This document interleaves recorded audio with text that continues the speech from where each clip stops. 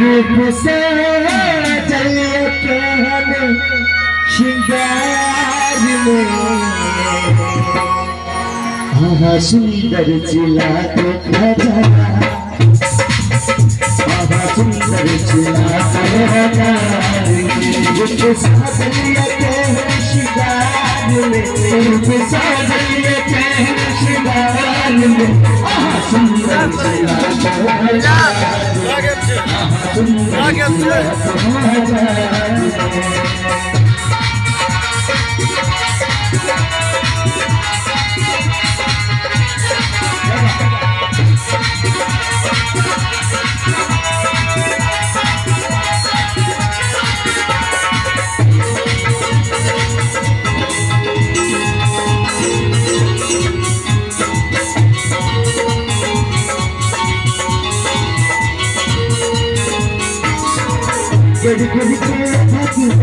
खजाना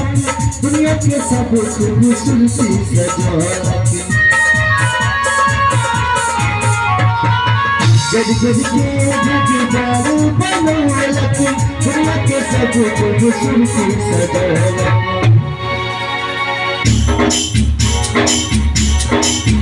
निकला गया निकला गया चुहा निकला गया चुहा के जाल में आहा सुंदर जिला सुंदर जिला रूप साजलिया के हम श्रृंगार में रूप साजलिया के हम श्रृंगार में आहा सुंदर जिला आहा सुंदर जिला आहा सुंदर जिला आहा सुंदर जिला आहा सुंदर जिला